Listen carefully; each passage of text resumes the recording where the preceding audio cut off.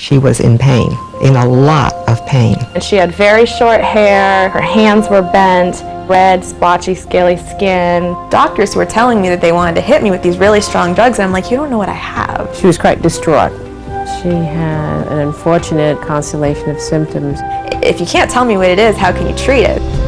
She didn't have a lot to say, and she was succumbing to her fate, as it would seem. The suffering was so great, I would have done anything to find a cure.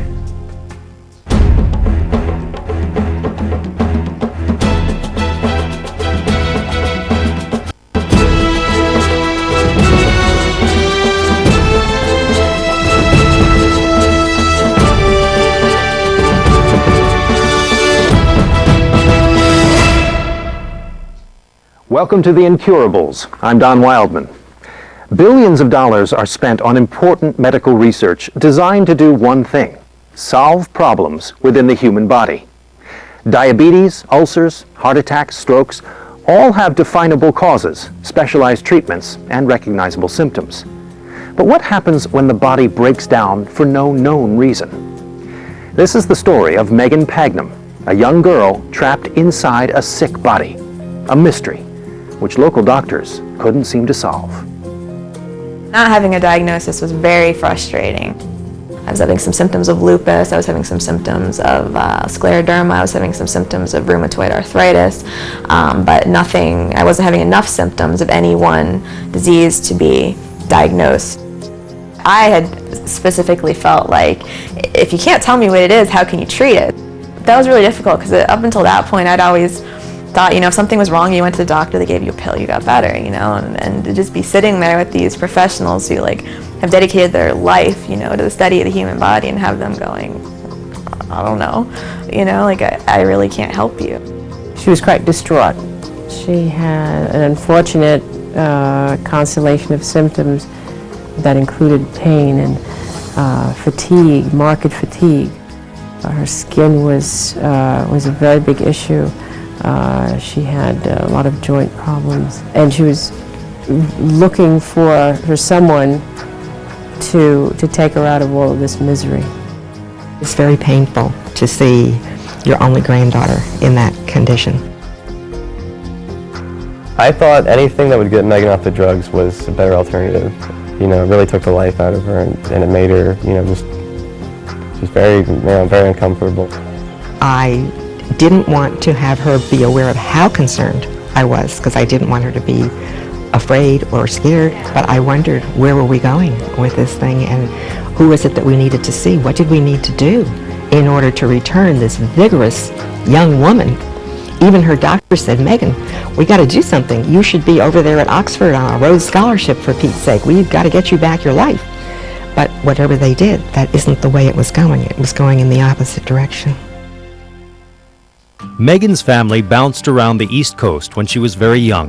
The Pagnams settled in Sunrise, Florida, which was great for Meghan and her younger brother John because it was near their great-grandparents. After her parents' divorce, it was Grandma Diana who Meghan turned to for comfort. I know she's my granddaughter, but she really was one of the most adorable little girls you have ever seen. The most enormous eyes that anybody ever saw. She was non-stop motion. She was bubbly and laughing and into everything. She was so busy, you have no idea. She was athletic, real nice girl, somewhat of a fireball, I'd say. I was just always on the go, go, go, go, go, go. I was really active, I was really involved. I didn't have a whole lot of downtime or resting time or anything like that. You never heard the word, I'm bored. I think if you've known Meghan for any length of time, the word that you would use to describe her is resilient. No matter what's going on in her life, she is always there for any problem you have. She will take the time out of everything to focus on you. I was just kind of typical type A personality, really driven. I was working full-time, and I was going to school full-time, and I was taking on a political internship part-time. So I was just burning the candle at both ends. It was a pretty unbalanced lifestyle, and so I think that had a lot to do with me getting ill in the first place. Meghan's high-energy life was so packed with activity that when her body signaled that something was wrong, she was too distracted to notice. After ignoring early symptoms, her strange condition spiraled rapidly out of control. The finger on my right hand, my pointer finger, swelled up, like puffed up like a sausage, and I thought I was just overworking, and I didn't really think anything of it. I didn't think it was that big of a deal, and pretty soon I was having inflammation in my hands, and all my fingers were swollen, and then my feet swelled. And working as a waitress, that's a really bad thing to have. You really need your hands, you really need your feet, and so I walked with a little bit of a limp, and this just kind of perpetuated until I woke up one morning in March and I couldn't walk. She was in pain, in a lot of pain, and her hands were crooked, to say nothing about her color being gray, and she was losing weight. The first rheumatologist that I went to ran a whole bunch of blood work and tested me for like everything under the sun, and everything came back negative. And so he told me that I had an autoimmune disease, and he didn't have a diagnosis for me, and that I may never have a diagnosis. Doctors who were telling me that they wanted to hit me with these really strong drugs, and I'm like, you don't know what I have. It's also very frustrating because you don't know, and you're left in the dark about something that's going on, with your own body and your own health, and all these things are happening and nobody can tell you why, and you're just like, what did I do? What can I do? And no one knows. I declined all the stronger drugs. I declined all the immunosuppressants, but I was pretty much non-functional at that point. So I did agree to go on an anti-inflammatory called Mobec. If the stiffening and the hardening of the joints extends to stiffening and hardening of other organs in her body, it can affect the health of Meghan in a very severe way.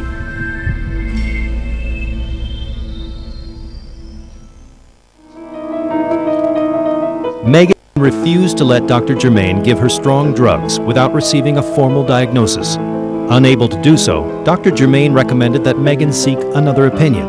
Mobec worked initially, and I began to be functional again. I could at least walk and do basic things, dress myself, things like that. But as time progressed, I began to decline again. She went to see Dr. Miller, a rheumatologist based in Tampa. He looked me over really thoroughly and did a whole bunch of blood work, and he, again, no formal diagnosis. He actually gave me a prognosis, which Dr. Germain never had. And that was the first good news that I'd heard since I started from any doctor. I started on all these drugs, and I was also starting a new semester at school, and the side effects were, they're worse than the symptoms of the disease.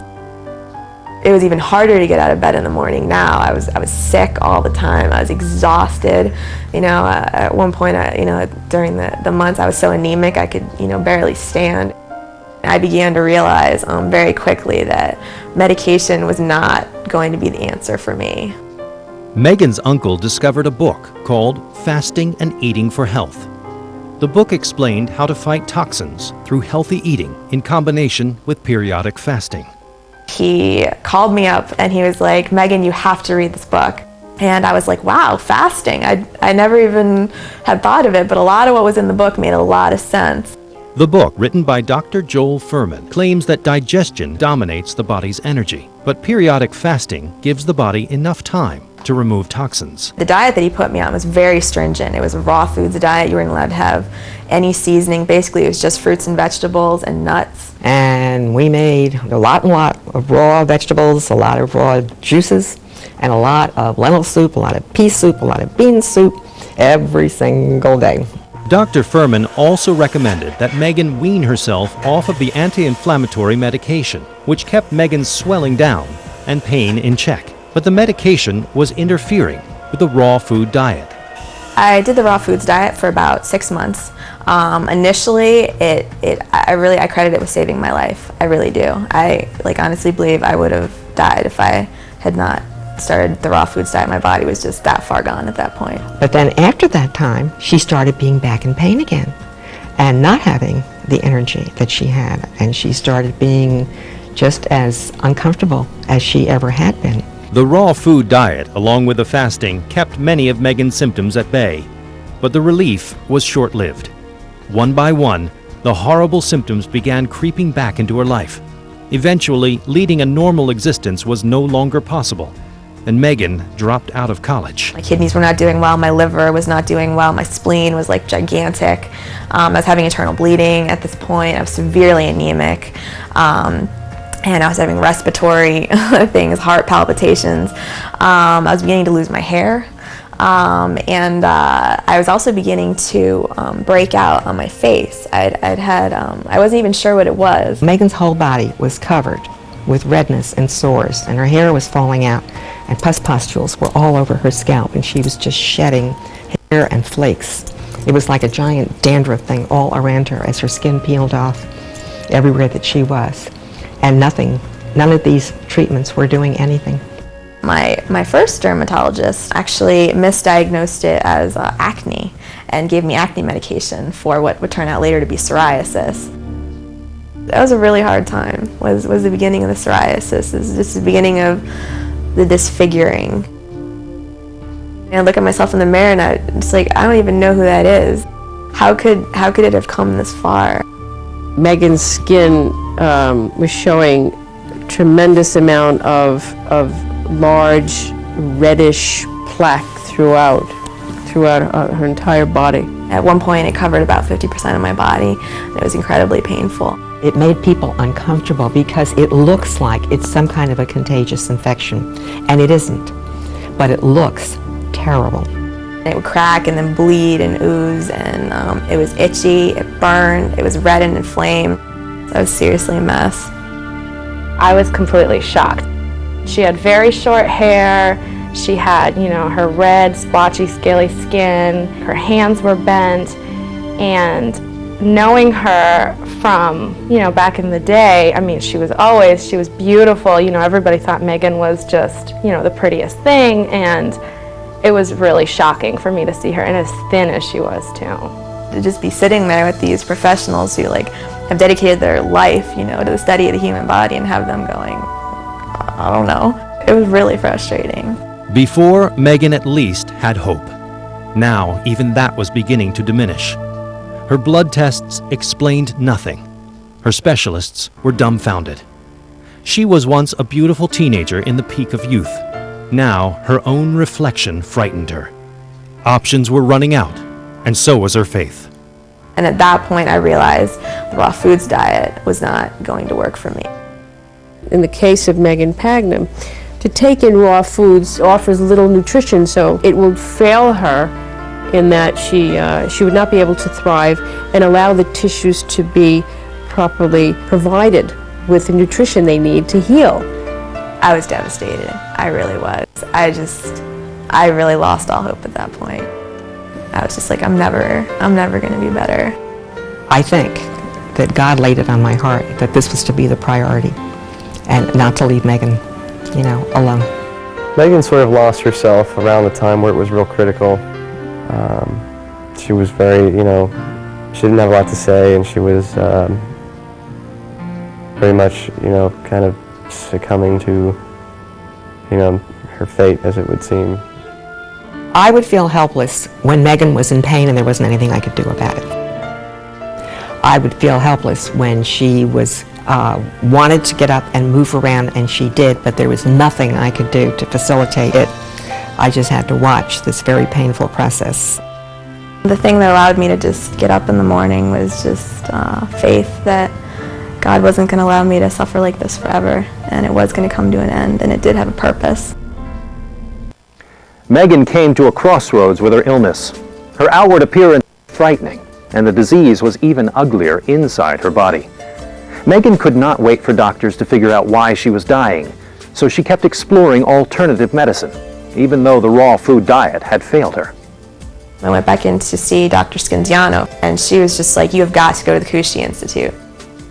The concept of raw, or the raw food diet, is one where you're taking in live food. However, the body, in general, all of our bodies are not suited to assimilate raw foods completely, and therefore we can't absorb everything properly. And if a body is sick or diseased, it really has trouble absorbing, assimilating the raw food. Macrobiotics applies heat to most of the foods. In about the end of June of 2005, I flew up to Beckett, Massachusetts to the Kushi Institute. I kind of knew right away during the introduction that this was going to work. While I was up there at Kushi, I had a counseling session with Lucy Baranda. She chose me for counseling. I was happy because I have the experience in my back and I have faith she can cure. She sat down and walked me through my symptoms. The first thing when she started to talk with me and I said, your kidneys are very weak. We can see, because in physiognomy, we can see what is the organ more weak in the person. In her case was the kidney and the intestine. She was able to tell that I was anemic, for example, by looking at the color of the whites of my eyes. The skin, the power of the skin is to take out something is bad enough or toxin. And when your kidneys are not functioning properly, your body secretes toxins through the skin, which is what the psoriasis was. She then talked to me about the basics of macrobiotics, in which you eat foods that have a neutral effect on the body and therefore allow your body to heal. So instead of spending all your day, with your body going like this, you just eat balanced foods, and that has a healing effect on your body. She stayed here only for 1 week. In 1 week, she understood how much bigger is the power of the food, how to change our way of life, our behavior, how much powerful can be for the healing. She put me on a very specific healing diet that was tailored to the exact symptoms that I was having. And in the moment she started to eat better food, the blood was better quality, she don't need to continue to disintoxicate. All these spots start to disappear little by little. I began to notice a difference immediately, like from the first day that I was there, just a difference just in energy. I've had much more energy. I'd still been up to that point, still pretty tired, and the medication just really drained me. We were elated to see her looking brighter and feeling optimistic and being hopeful. When Meghan came back from the Kushi Institute, she was well enough to be preparing her own foods. And she went shopping to the health food store, and she came back with udon noodles and all this stuff, and also her vegetables and all the Japanese vegetables. She took all of these and she started cooking. I thought it was delicious. You could definitely see a marked difference in her. She said the only thing she did differently was change her diet, so clearly I attributed her looking better, feeling better to the diet. I could tell that she was going to be fine. Everything was going to be fine from that point. She was a person again. Modern medicine could not provide the answers that Meghan needed, so she took matters into her own hands. Her search for answers paid off. Macrobiotics healed her kidneys and stopped the anemia. Her hair, skin, and energy recovered. Meghan felt healthy again.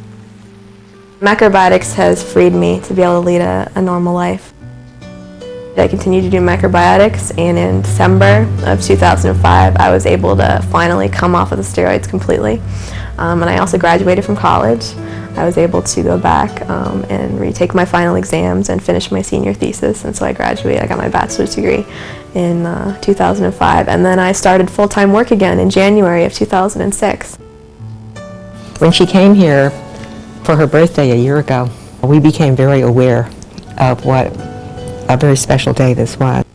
And Meghan turned to the three of us and she said, I want you guys to know that I know I wouldn't be here if it wasn't for you three. And there was a very good chance that I wasn't going to make it to this birthday, and thank you. Needless to say, there wasn't a dry eye, in the house when she said that, because we all realized that it was absolutely true, that we might not have been able to celebrate that birthday. It was a complete turnaround for her, and it's given me a different outlook now on alternative medicine. Before I was kind of skeptical, I figured modern day medicine, there's got to be something. And now looking at alternative medicine, and a change in diet can save your life, I'm not as skeptical as I was before.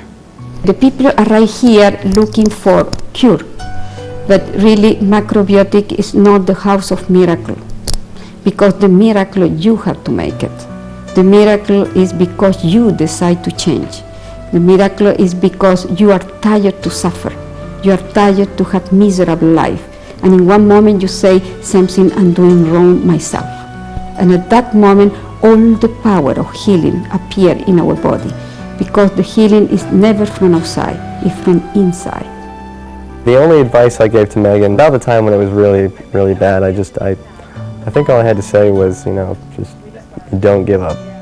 There were times when she would say out loud, I don't know why I'm doing this, what is the point? Life doesn't stop, you have to keep going. If I could give one piece of advice to anyone who's just having symptoms that are unexplained and undiagnosed, it's just don't give up. Once you've reversed your disease, you need to stay there. And the only way to stay there is to stay with a balanced life, a balanced approach. Macrobiotics has definitely forced me to slow down and take more time with things and not rush through things and, just lead a balanced life. I mean, to do everything, work, play, have fun, build relationships, be by yourself, just build balance. There were plenty of times that Meghan Pagnam could have given up, when her skin began to swell and crack and her organs were shutting down. She knew the end was coming, but Meghan remained strong. She recognized that she had to help herself to get better. Meghan kept looking for answers until finally she discovered that what she ate could make her better.